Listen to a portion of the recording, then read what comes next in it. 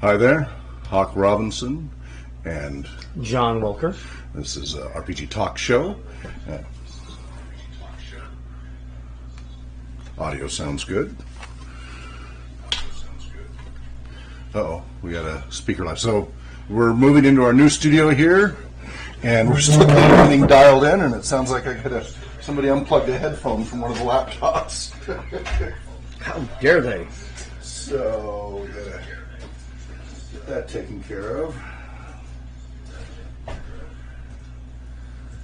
John, you want to briefly talk about what we're here today for? All right, good morning. This is RPG Research. We're doing our monthly chat and our monthly community chat. In fact, today we're going to focus on the people who are in the community. We do have some news about RPG Research that's current, but we're also going to point out some of the other organizations that are using role-playing games for therapeutic or educational goals. And start with our list. Yeah, so the purpose of this show, compared to our other shows, is to focus on you, the community, and what you are up to related to using role-playing games for RPG professionals, for using role-playing games in educational settings, and using role-playing games for therapeutic purposes. So if you are doing that in some way, we would love to hear from you. We want to talk about you, help spread the word, and try to get this very disjointed community to get connected. I've been trying for years and years to get everybody working together cooperatively, because for whatever reason, people just keep breaking off into silos, and it doesn't benefit anybody when that happens. The more we work together as a community, the more everybody will benefit. So I think it's a lot of people trying to have their part elevated above other parts. Well, first, at least until recently, it was just nobody knew about anybody else. Right. Just nobody knew. So everybody was working on their own because they couldn't find anything that told them that somebody else was doing something that they were doing. And so it was totally understandable that if you don't know they're there, you don't know they're there. More recently, it seems like people are starting to break off intentionally, trying to create their own little microcosms of focus, rather than trying to be a community that says, yeah, here's our specialty, but we're part of the bigger community. And we'll talk a little bit more about that as we will demonstrate. So, but our hope is with this monthly broadcast is to bring all those different pieces together, at least briefly each month, to say, hi, we're doing this, and so that at least the rest of the community is aware of what's going on. And even if they don't participate in together as a group the rest of the month, hopefully at least we can get everybody together then. So I'd like to invite you to chime in, give us your community information, what you're doing, and join us for a broadcast once or twice. So you can join our chat here. We're streaming live right now if you're catching the live broadcast. We're the second Saturday of every month at 11 a.m. Pacific time, and it's twitch.tv/RPG Research. And we will watch the chat room there. We're also in Discord or on our RPG Research server. But also, if you want to join in the discussion, actually we can bring you up here on the video or not. It's your choice. We have a Jitsi channel that is an audio-video chat conference that you can join just by pointing your web browser to meet.si/RPG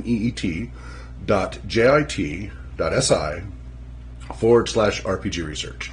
In the future, we'll be hosting our own Jitsi server, but anyway, it's open source software, and a lot of other products use it, and it works quite well. So you can join us in that chat room if you want to have some video and audio and have a real-time conversation with us. We encourage everybody in the community who's interested to do so, and then we can bring you up on the Twitch stream broadcast here if you want, or not. If you want to be a disembodied voice, we can do that too. We just would love to hear from you. A sock puppet if necessary. So we have a whole lot of topics. We want to try to keep these meetings to 30 to 60-minute slot, so no more than an hour. Sometimes it's a challenge because there's so much that happens in a month. But let's go ahead and, John, if you want to go ahead and start with the meeting with the notes there for the broadcast. All right. Well, the first thing on our notes today was about No Thank You Evil. They have a new Kickstarter. This is their second Kickstarter. The game that's so nice, they decided to make it twice. So there's not a lot of new content for it. But No Thank You Evil is a role-playing game designed for the younger crowd, 5 years and older. This is one of the you can be getting from the Kickstarter. It is, Kickstarter's over. If you didn't get in on it, it's a little too late now. But these will be going back in the market. The No Thank You Evil game. This is the basic box set, but everybody who's got one of these is also going to get one of these nice cloth maps. Which we mounted it on a board. It Right. comes just like a handkerchief initially. You can roll it up, put it in your back pocket, whatever. Yeah, and since it's cloth, it holds up really nicely. There's also the new content was they were doing a thing called B-mail. They're going to put out 3 adventures via email, and when they got enough support, they actually decided to turn it into a book called Raining Cats and Dinosaurs. So it'll have 4 modules in it now, with a lot of standees and pop-up figures. And why do we mention No Thank You Evil with what we're doing? Well, the primary thing we mentioned No Thank You Evil for is because it is great for people that have never heard of role-playing games.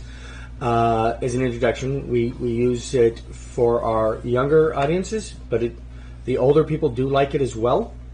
It is from ages 5 to eternity, 2 to 5 players, and from 30 minutes to forever, or a day. And we get people who play at community centers, at conventions and such, all ages, and they have a blast. It's really great. For example, we just did one yesterday with Montessori schools. Correct. The principal was concerned about a violent game. Well, this is not a violent game.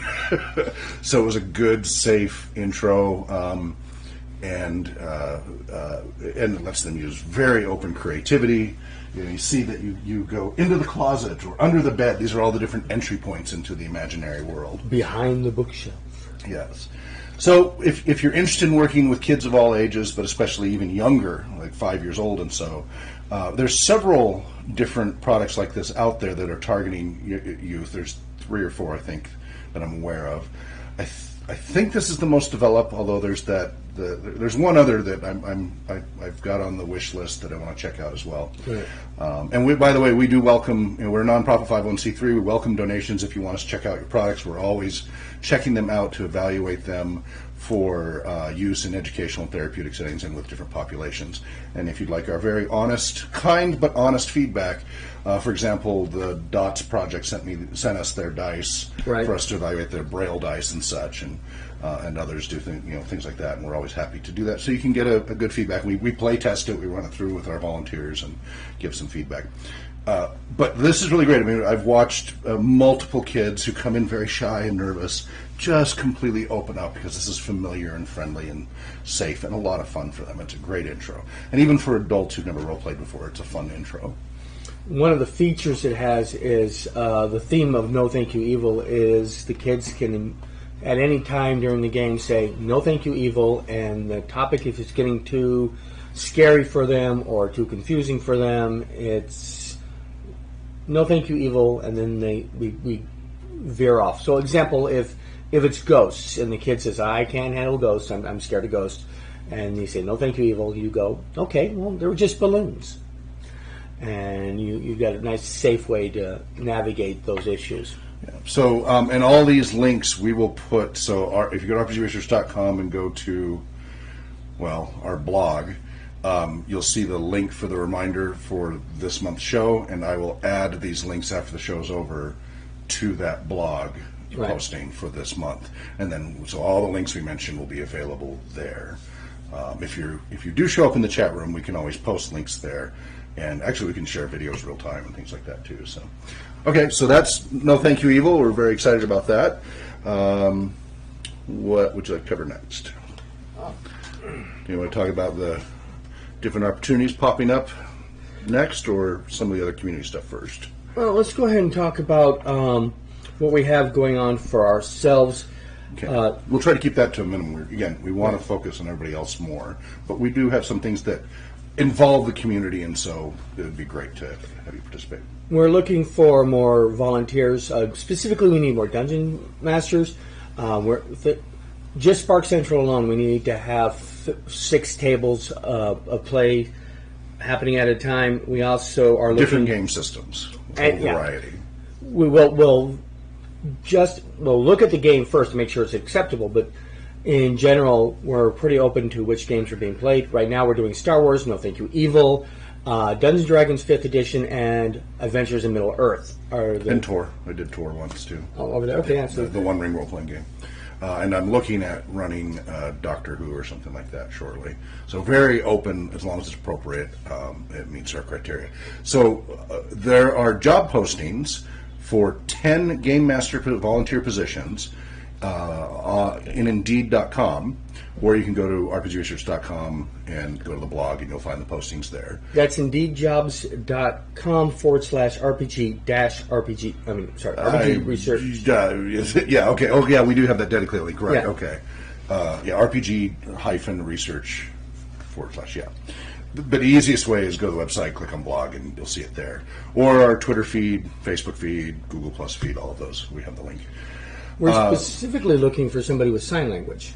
That's a separate posting that I didn't have time to add that. We're also looking for at least one ASL strong game master to run a deaf table. I used to run a signing table years ago, and then when I got sick, I got really rusty with my signing. And if I have to do it again, I will. But I'd rather get somebody stronger in signing, because it always goes smoother if you have a strong signing GM. But we really need a good ASL proficient person. And if you don't know how to role play yet, but you'd be interested, we can train you. Training you on ASL, that's a whole other story. I run a weekly ASL group, but it takes a long time to get proficiency. We can train you to be a game master if you have the strong ASL skills. So that is a separate posting that we posted a while ago. Watch for that shortly, or you can just apply through here and just say that you're interested in the ASL job. So we need at least one of those, and then 10 other game masters. These game masters, mostly we need local, but we could take on 1 or 2 remote game masters. But you have to be really savvy about both the tech and being an experienced game master. It's harder to give you all the training and to resolve technical issues unless you're already fairly savvy. But we can take 1 or 2 of you remotely. The other 8 or 9 need to be local to the greater Spokane area. But we look forward to your applications for that. And then the other position. What is the other position? The Twitch show players. So okay. We have our Sunday show. We need 3 people to be players on the Twitch channel. We're taking auditions for that currently. We're playing first edition Dungeons and Dragons. But you don't have to know that. Yeah, because you can learn. If you are capable of sitting down, rolling a dice, and making a funny voice, then we can introduce you and start teaching you how to play. But the most important part is somebody who's going to be an actor, so to speak, and is willing to participate in a weekly broadcast every Sunday. We are also looking for an assistant dungeon master. Yeah, that would be helpful. It's not critical. The most important thing right now is we need 3 more players, so we have some and a couple of backups. And it's a minimum 3-month commitment once a week, and then every 3 months we evaluate and can adjust as needed. So that's on Sundays. Basically, the hours commitment are 6:30 p.m. to 10:30 p.m. every Sunday. And so there is an Indeed.com link for that. It's also on our blog, so we really appreciate hearing from you. Do we have enough tech people at this time? We're okay for the moment. It never hurts to have more if they're interested. For the AV and Twitch stuff, it certainly helps, but we're doing okay on that right now. We're fairly, other than we need some more players because people got jobs and moved and all that. And we're launching the show officially June 24th, even though we're streaming the training and tech tests every Sunday anyway. But June 24th, Heroes of the Mist will launch come whatever. So, also, just so you're aware, we will also be, so one of the things we want to do, because it's community related, we want to let people know that jobs are out there, whether it's through us at RPG Research or RPG Therapeutics, or through other locations. So if you are an organization or a person that needs game masters or RPG professionals, whether it's for entertainment, education, or therapeutic purposes, let us know and we'll talk about that and help spread the word. Right now, RPG Therapeutics has demand for all 3 game masters who can provide role-playing games in entertainment settings, RPG parties, things like that. game masters for educational settings at schools, and game masters for therapeutic settings. The problem is for RPG therapeutics, it's a chicken and the egg issue. We need really well-trained, certified, ready to go people who can hit the ground running, and there are very few people that qualify. So that's something that's evolving. We're working on a training and certification program that's helping groom those people, and eventually we'll have those roles. But besides us, if other places are offering, please let us know, and we'll help spread the word, because we're here for the community. One of our people has already gotten a position being a professional dungeon master. Right. Charles is now through the Arc of Spokane. He got hired specifically, and he's being paid an hourly wage to be a game master for people with special needs and such through the Arc of Spokane. And then Danielle is about to go on her 4-month paid internship.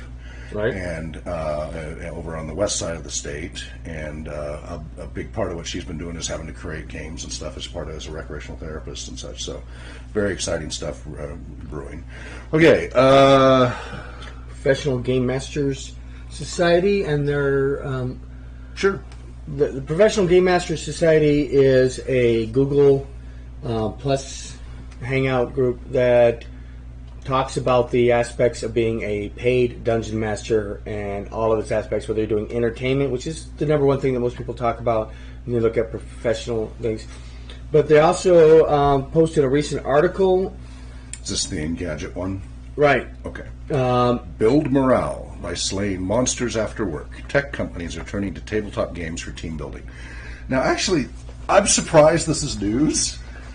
Right. Coming from the tech world, doing the SiliconValley.com thing and all of that back in the 90s and early 2000s. How is this new? Well, I think we're doing it all the time. Right. I don't think it's new that some organizations are using it, but it's new to the rest of the population that this has been happening. Right. I understand. It's kind of funny that... So, lots of companies, and they talk about this in the articles, is on Engadget.com, use retreats and role play scenarios and such for training and team building, etc. As an executive, we went on retreats and did role play things, and really Trump with the Apprentice show, right? That was about putting people in role play situations to train and or see who could rise up. And what he was doing, it was not atypical, other than it was reality show, and it was Trump. But what he was doing was not atypical for a lot of companies to do with their sales and executive staff. So we would often go, and some places I worked for used outright role-playing games for the team building, because you want, when you hire a whole new team, you want to get them, we talk about Tuckman's forming, storming, norming, performing, the phases of small group dynamics, and you want to get them to that performing phase as quickly as possible, because that's when the company starts really having success, whether it's a nonprofit, whether it's a for-profit, what have you. And putting them kind of in the meat grinder and really putting them under pressure is where you find out who can sink or swim, and you build that camaraderie. You've been through the trenches and you were in the military, right, and you understand when you come out the other end of that, those who didn't crack, you build a close, you now know who you can trust. You now know who you can turn, and now you know who you can't trust and what not to hand important things to. And so everybody figures out where their role fits. And now as a team, it's just like on a basketball team or something. You kind of know who to pass the ball to under certain circumstances and who not to under other circumstances. And as that team gets to read each other, without verbal cues, they become much more efficient and perform better. When you mentioned the military, when I was in the Army, we did do role-playing games. I used Dungeons & Dragons as training tools for small squad tactics. It was great because I can do it in the barracks as opposed to having to get out in the field and doing the live-action role-playing of... Which had high injury rates. Yeah. So we can reduce injuries and talk about the injuries and deal with various scenarios, ambush types, etc., without actually putting somebody at risk. It did not substitute for doing the actual physical things, but it did add to it. And I get emails all the time from people in the Navy and such that's part of how they pass the time, because it's, when you're out at sea, it's a long grind. Yep. And so that was a way to both build comradeship and pass the time in an effective way. So it's a fairly lengthy article. It goes through a couple of different companies and their examples. It looks like it was all D&D from what I saw. I did read through it yesterday, but it's fallen out of my head. Though it looks like it might be 5th edition. So that's interesting. So it's worth a quick read. It doesn't go into a whole lot of like research references or anything like that. It's just a few interviews of some tech companies in the 62nd floor of the One World Trade Center. So we want to make you aware of that. Again, the links will be provided shortly after the show. And let's see. So next, but it's good that they're doing that, and the research supports that is a good way to build teams and help people become more effective in working through stressful situations and such. Okay, the LARP one. Now, I do believe that, before we go into the LARP one, yes, that some companies have actually hired people to be an outside person to be the dungeon master. A lot of times they do use people from the inside, but occasionally they have heard of people being a professional dungeon master that was brought in just to run these retreats, etc. Yeah, they're here and there. And again, we're big advocates for the paid professional GM, and that's a growing thing. It's still in its early stages. Part of the problem, again, is lack of standards, professional standards, which RPG Therapeutics is trying to address. So we have, the next one is dramaworks.net.au/ROLE-play. LARP, the way live action roleplay is revolutionizing education. The importance of live action roleplay, aka pretend. And so this is DramaWorks is an Academy of Performing Arts, but they did a little blurb on role-playing gaming. They mentioned World of Warcraft, and then they talked about using role-play in education, and specifically Dungeons & Dragons. They also referenced the Vice video and article we've mentioned over the years. Right. A LARP saved my life for that person who's on the autism spectrum, in which you can watch online. It's linked to from our site, or you can just go to the vice.com site and just type in LARP and you'll find it. And so it's nice that and they also mentioned the Danish school, Osterkov After School. Right, I was going to say that uses LARP for education. Yeah, it's not new, but it is news. Yeah. And the newest thing, of course, of using role-playing games for education is you're doing your research or starting your research on the benefits of using a role-playing game in a school setting as opposed to a regular classroom. Well, yeah, so there have been a number of studies about using role-playing games to see how they compete to classical education techniques, lecture and such. But they've usually been done in elementary or high school level and or as an adjunct to the classes. So they take the classes, but then after school it might be an extracurricular thing to enhance learning. They'll cover more material through the role-playing game to build on it. Some teachers have taken the initiative and brought aspects of role-playing game and or hybrid role-playing games to teach it. And like for language and such, there have been a few like second language classes that have been done through role-playing. So here and there. But again, usually elementary, high school, side things, specialized things. My question is, if you have the limitations of a university setting where you have a huge class size, you have an auditorium of students, and you only have 1 to 3 hours to do a lecture. So 3 hours if it's like, a once a week class, or 1 hour if it's, daily, 5 times a week. In the restrictions of the resources, you don't have 50 game masters to GM 300 people or whatever. Right. You have one instructor, maybe a teacher's aide. If you have the instructor, it may just be the teacher's aide.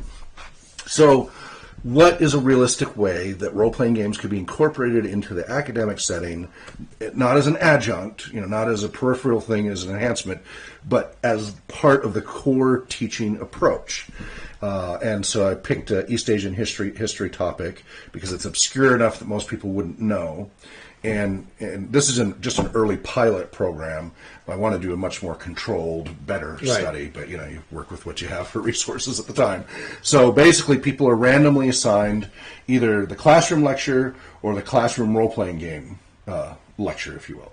And so the classroom lecture, every effort is made to make it as decent a lecture as possible. Slideshow, dynamic instructor, video, audio, at least it's an interesting lecture, but it's a lecture. Right. You can ask questions and interact that way, but it's a lecture. Or they get randomly assigned they're going to game through it. They're going to be randomly assigned characters in this setting, historically accurate setting, but a fictional premise of them being there.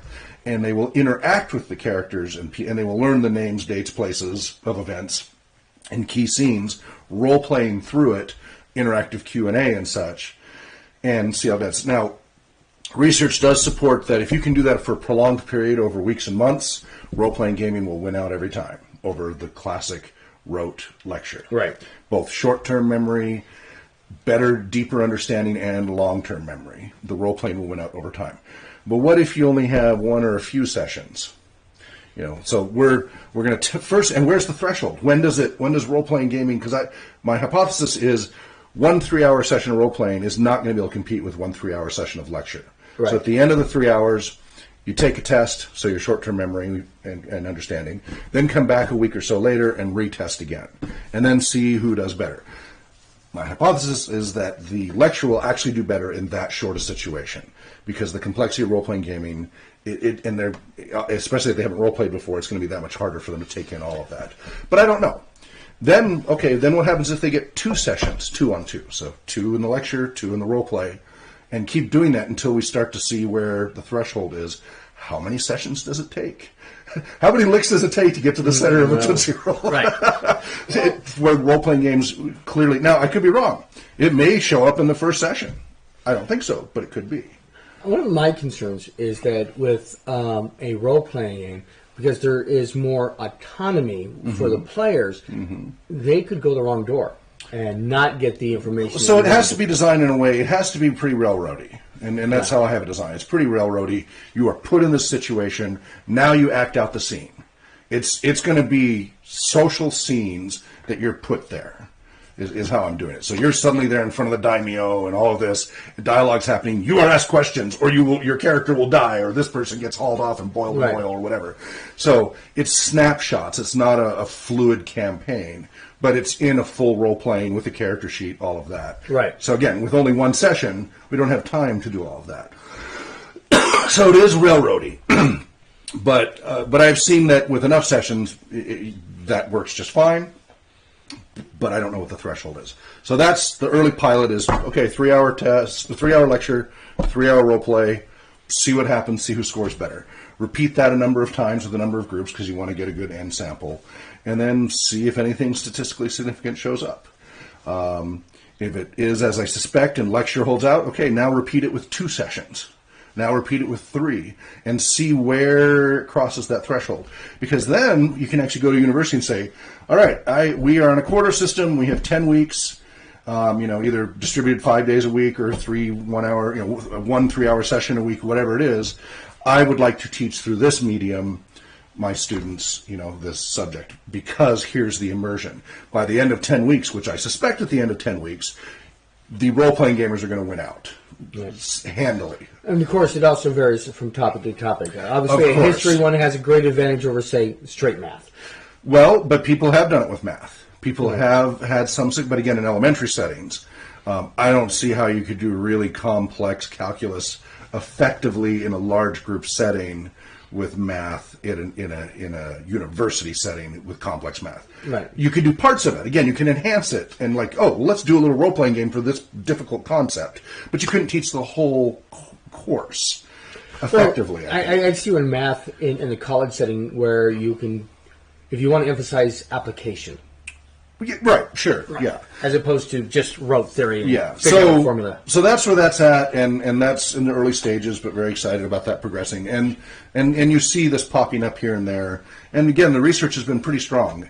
And from the cognitive neuroscience perspective, it makes sense. You have narration, you have self-referencing, you have complexity and embellishment, all these things that add to make it go from short-term memory to long-term memory and much more likely to have success. So we'll keep giving you updates on that.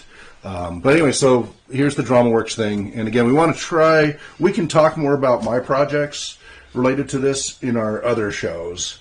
Just as much as I love to, we want to try to keep talking about other people. So, how tabletop games and Dungeons and Dragons can be therapeutic for players. Yes. This is the sci-fi one, Sci-Fi. Sci-Fi Wire. Yeah. Now, this is the article talking about groups like Dr. Megan O'Connell, Game to Grow. Yep. And Adam Johns and Adam Davis of Game to Grow over in Seattle. I think Jack Birkenstock of Bodhana Group's also in here. Take Dr. B and Take This and the AFK rooms. Right. Dr. Rafael Bocamatzo, also in Seattle, who actually Adam were first trained under him, and then they went independent from there. Right. And then let's see, Game to Grow is trying to get a step further with Critical Core, future social skills intervention in the form of a tabletop role-playing game. So they're working on that, which is on their Game to Grow website.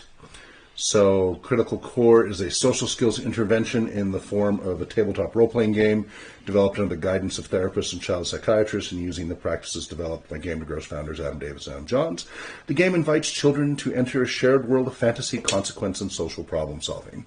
What's included? Critical Core will be a boxed kit featuring rulebooks, character sheets, maps, and more. The box set includes everything needed to get started, whether you're an expert player or someone new to the World Tabletop Game. So this is something we've been doing for a number of years with our kits. They're just putting together a nice formal set. As we've done with different populations, we've created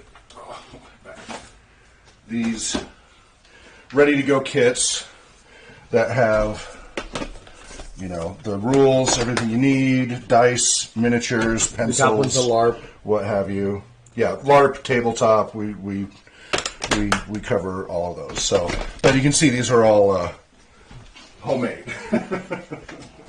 So they're doing looks like they're planning to do some nice printed stuff. So that's awesome. Let's see how that progresses. I'm looking forward to when the mailing list starts sending some stuff out. Right. And let's see. So that's exciting. We'll keep you posted on how that progresses. In the Guardian, we have... Oh, this is great. So we are huge advocates for accessibility and adaptive gaming. So meeting the needs of people with all kinds of different disabilities and challenges. Well, Microsoft has launched a disability-friendly Xbox controller. The Xbox Adaptive Controller features 2 large buttons for hands, elbows, or feet, as well as 19 ports to accommodate extra devices, including mouth-operated sip and puff quad sticks. So that's people who are quadriplegics and such, and they go, and maybe they can twist or whatever, but it lets you have control through just your head, right? Which is great. A lot of them control their wheelchairs that way.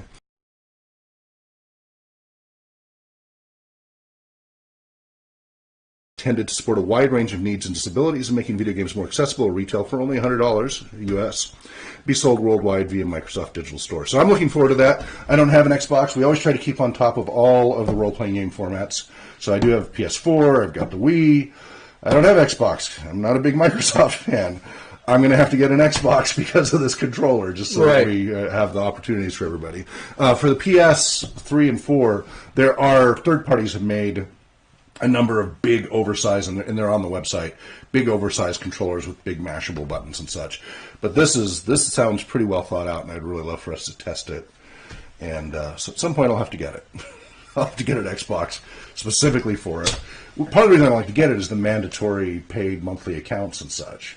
That seems to be everybody's pushing for that. I know. I agree with you. I want to buy a game once, not to buy a monthly bill. Exactly. But it is what it is. So we'll definitely have to check that out because it's critical to our research and such. And the use of VR is something else that's coming up. And AR is further along in a lot of ways than VR. And part of VR issues can people get nauseous and things like that. They still have trouble with that. Even with the higher quality one, you still have a percentage of the population that's an issue. But AR, I mean, you look at the Pokemon stuff. Right. That is, there's a lot more of that on the way. Well, the therapeutic use of Pokemon Go's got people out of their house for even just for a little while. Yeah. And I have a mock-up, so I keep testing the technology for the VR and AR stuff. And what I want is a fully portable, belt wearable, so you've got the glasses, really. I prefer glasses over goggles, but goggles for now. Fully belt wearable tablet, not cell phone. So the problem is they keep wanting to sell you these expensive Samsung, whatever, cell phones. I want it to be an inexpensive tablet that's belt wearable on a local LAN. And it's getting there. There's some Chinese equipment out there for some good VR. But it's still it's about $5,000 or $6,000 for a basic setup for 2 people. So it's getting there. It's getting closer and closer and closer, and I'm keeping my eye on that, and we will incorporate that for our programs, and others are starting to do so as well. So that's exciting. So we'll keep you posted on that. And if you have updates, if you're doing it in your practice, please tell us. Let us share that with everybody else. Because again, people are in all these silos. We need to share as a community so we can all help each other. Yeah. I really want to know who's using VR or AR currently in their therapy. Well, so I have written articles over the years, over the last 12 years, on early trials. So there's a group in Australia that use neural EEG, brain-controlled, VR immersive, to people who are completely paralyzed, who really could not interact, but they're fully there, right? They're just trapped in their bodies. And using the EEG, slowly able to move themselves around in the world just by thought, and slowly be able to type very slowly. And that was in its early phases, and it's, the technology just keeps improving. So very exciting stuff. So, but it's still a lot of in universities, it's still very much in the experimental phase, but we're getting closer, and we're getting closer. And so if you have updates for us, please, let's share that with everybody. Next one would be Dungeons and Dragons and Psychology. So this is from Dr. B, Dr.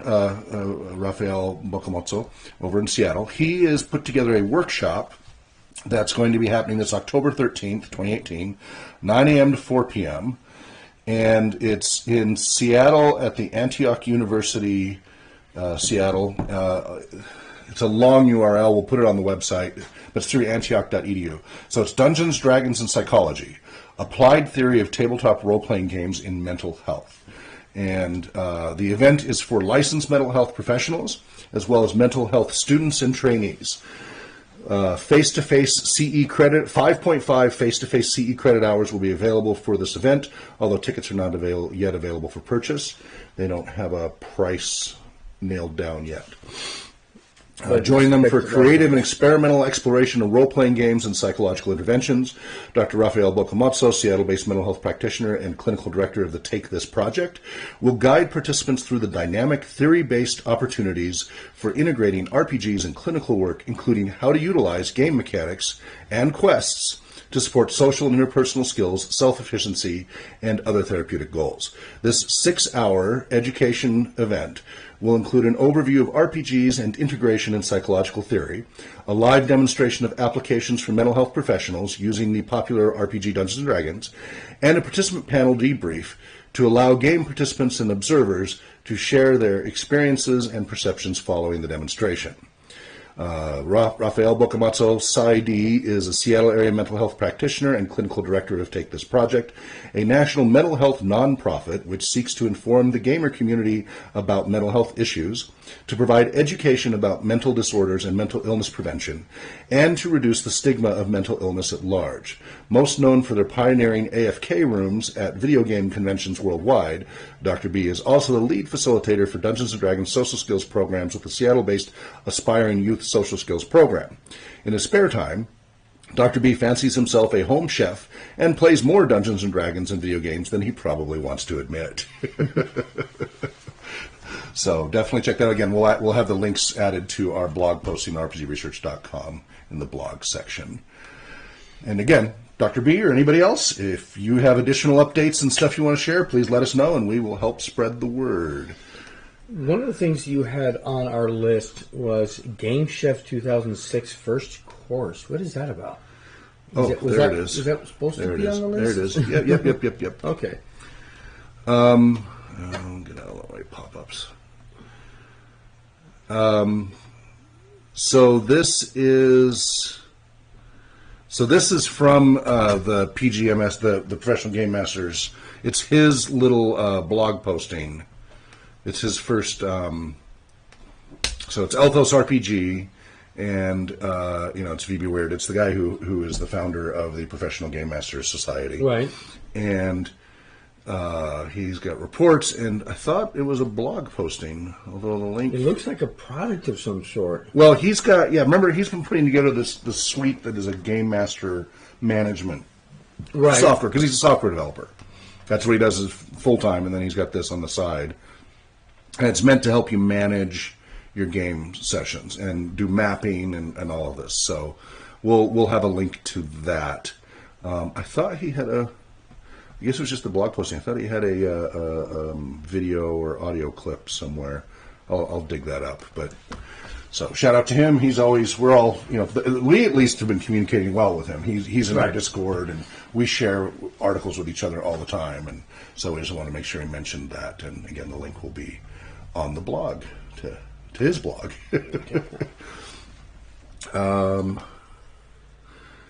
Yeah, Game Chef 2006 first course, so that's an old one. Crime and Punishment Decade, Meriwether, the Office of People. What was... Okay, so I guess it's anthology for a bunch of independent games. I'm not sure where I got that link from. That might have been a Discord posting I just quickly shared.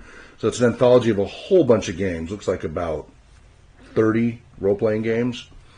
You can find it on RPGgeek.com under Game Chef 2006 First Course. So there might be newer versions of it. I don't know. But maybe somebody sent me that for I'm looking for like Gumshoe type police procedural stuff. I forget now. It would help if I kept, just so much. I'm still till the 15th. I'm just running crazy here with everything. But hurry up and graduate, will you? Indeed. And so another one is, they're spammy site. Okay, so that was posted through Kiolo.com. Gaming is good, or tabletop RPG is good because they exercise creativity and problem-solving skills.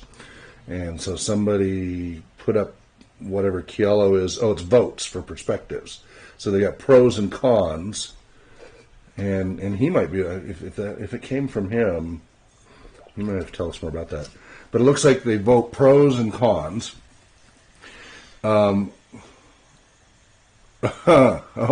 Interesting. So this looks like just people voting. So pros: the improvisational aspect of RPGs encourages and practices quick thinking and sparks the creative artistic synapses of the brain. It's like a brain workout that improves overall intelligence and performance. Cons: there's no empirical evidence that playing RPGs improves brain performance. Anecdotally, it may seem to be the case. Without scientific study, it cannot be asserted with validated confidence. There's a slew of studies on specific areas of brain development that have been coming out the last 12 years. And on our website, rpgresearch.com, click on the research section, as well as throughout many articles at university libraries and such. True, a dozen years ago, there were not any good studies at that level, but that has all changed in the last 12, 14 years since I've been. When I first came into really looking at the therapeutic side in 2004, I was doing educational stuff all the way back to the 80s. But when I really drilled into the therapeutic stuff in 2004, there were only about 70 studies at all about role-playing games, and most of them were just correlative and trying to disprove all the negatives about the stereotypes. There weren't very many good studies. In 2006, that started to really change, and now you're seeing studies all over the place, including very specific controlled studies. If you go to rpgresearch.com and click on our research focus, it's by category, and you can look specifically for what area of improvement you're looking for. And I don't know how many have brain scans, if that's what they mean. If they say, well, we can't see physical growth, or we don't see the functional MRI or PET or whatever they're looking for. Those are so expensive. There have been a few. They've mostly been done with video games. And they show growth and development, for example, mapping, that they can do they can map where they are and find motor skills and things like that.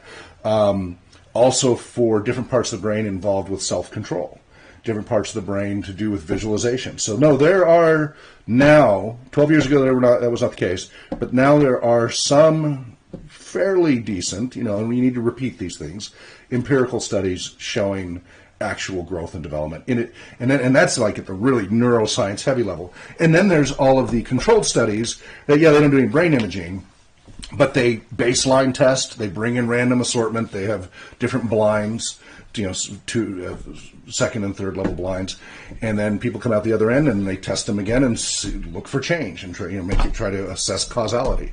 Again, prior to 12, 14 years ago, there were very few causal studies. That was the whole reason I spun up RPG Research in '04. Right. There were so few.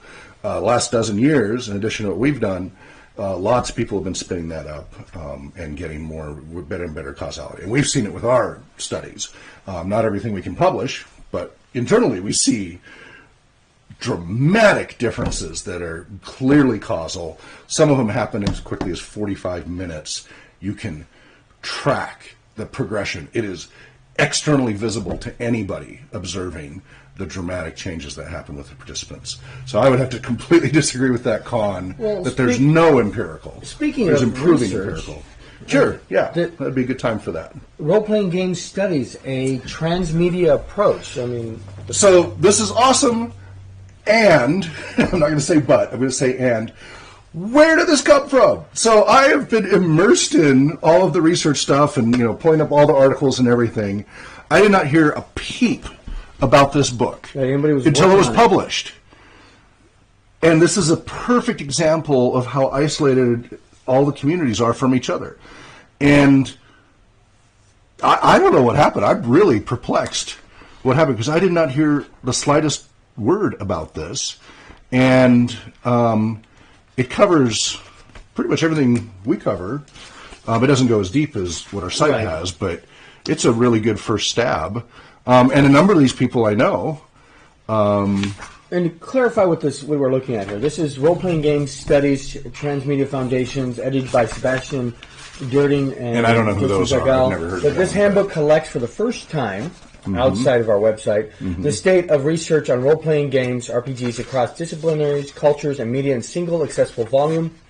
Collaboratively authored by more than 50 key scholars, it traces the history of RPGs from wargaming precursors to tabletop RPGs like Dungeons & Dragons to the rise of live-action role-playing in contemporary computer RPG and massive multiplayer online RPG franchises like Fallout and World of Warcraft. And there it goes: sociology, psychology, education, economics, game design, literary studies. There's actually a chapter in there on sexuality. Yep. And so I have not had a chance to read this until after June 15th. I'm too swamped to do so, but I will definitely be going through, and I will be doing a chapter-by-chapter critique. I'll be blogging heavily about this. So this is way overpriced. They chose a publisher that is really unreasonable in pricing and hard to get a hold of. And that's unfortunate. That's an unfortunate decision on that part. But I'm excited to check this out. And once I get some free time here, I'm going to try to once a week go through one chapter at a time or one section at a time and blog about it and give my review of each one and where I think it connects and maybe it could have some additions to and the new things I learned from it and all of that, and maybe assign you guys some to do some as well. And so we'll be actively talking about it. So that's one way. When people don't share stuff freely, when they put it behind a paywall, whether it's a paywall of an expensive book or a paywall of the university libraries, and it's not accessible to the general public, one way to make it more accessible is to do a literature review of a specific thing and write all about it. And in that way, at least other people will at least learn about it and get the info about it. Now, of course, it ends up filtered through a third party, so you have to always take that. This is textbook prices. That was intentional. It is meant to be a textbook. That was their target, is a textbook. I have no idea how the quality of it is, but I recognize Sarah Lynn Bowman and stuff, who does great work. So we will see. I really look forward to having time to read through every page of it and give feedback. And I'm kind of curious of who this. You said it's meant to be a textbook, but I'm wondering which schools are starting to look at it. No idea. We were already working on the one for Penn State for Professor DiTillo and stuff, and through the TR industry. So that's still coming along. But again, my concern is Didn't even know about it. Nobody let RPG Research know. Nobody let me know that this was going on so we can help spread the word, bring in other research and other people. There's a lot of people left out of this. And so I'm very curious what the filtering process was here, and why it was so hush hush. And if it wasn't hush hush, how did we miss it? I mean, there's a dozen of us at RPG Research every day, everywhere. We're on all the social networks and on the news feeds. We're at universities. It blew me away that it just snuck up out of. I mean, a good sized book. If it's, they claim it's 50 people. It was a major stealth project. There's a lot of .com stealth projects that were not as secretive as this was. So if you have insight into the whole story behind this, we'd love to hear from you, either through email or come on the show and explain. We would really love to know more about this. Did all 50 of them sign NDAs? I don't know. It's bizarre. So but yeah, we'll let you know more about that. And again, on this Kialo, and we'll have the link. There's pros and cons that goes down the list, and it'll be interesting to see what that is about. Okay, so yeah, there you got that. Another mention, this is for the PhD&D new site, so this is another silo being created, which is a concern. And Professor Bowman mentioned that too, that it was a concern because we already have the International Journal of Role-Playing, which is multiple disciplinary, multiple role-play, LARP, tabletop, all of it. And these guys have created focus on it's a silo. Yeah, and this is just D&D. It seems like it seems to be focused on D&D, which is fine. And the good thing is, I think they did say though it's going to be open and free, right? Did they say one or the other? My connection's acting up on this. Well, yeah, I'm getting the part of the page here. It is. Looks like it's most about D&D. There's the PhD&D journal that they're going to be doing. Right. Whether or not they're going to be charging for those, but they're asking for people to submit, and it'll be peer-reviewed articles, like any scholarly journal should be.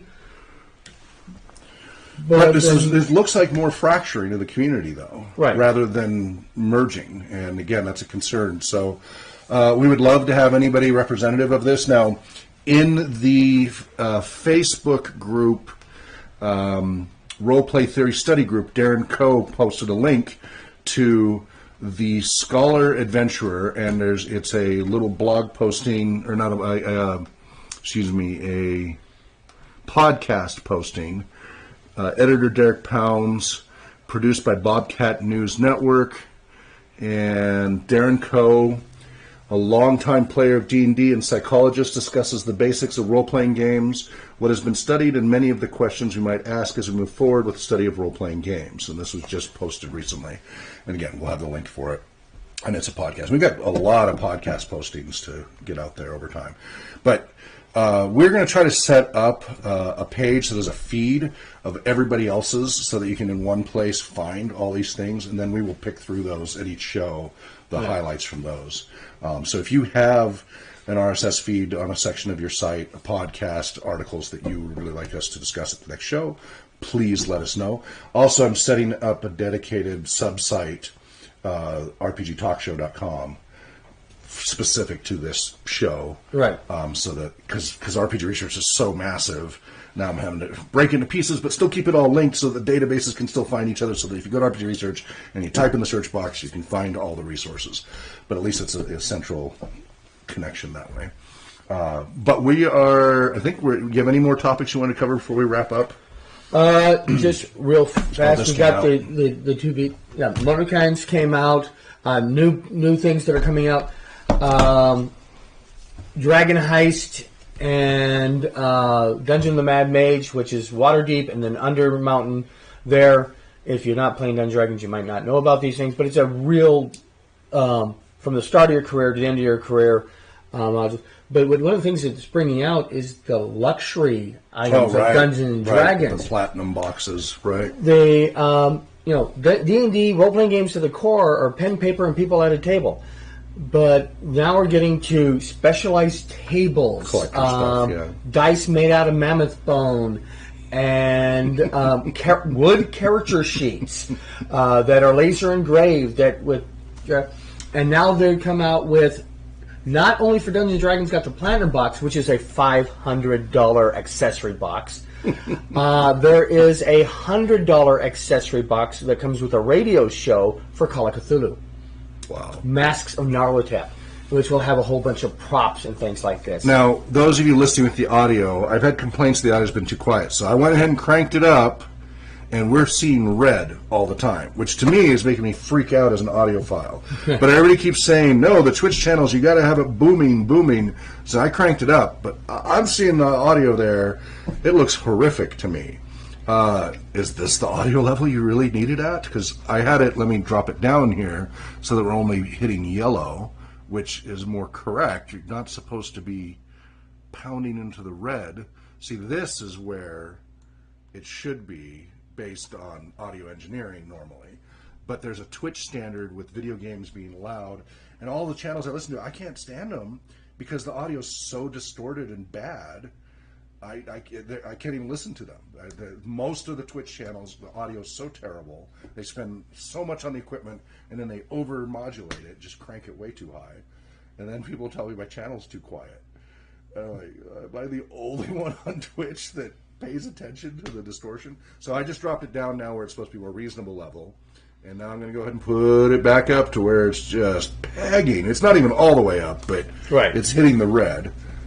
Let us know your preferences on that. Whatever for the channel. Once again, we do want you guys, everybody, give us feedback, whether it's the technical feedback about whether or not you can hear me or hear me.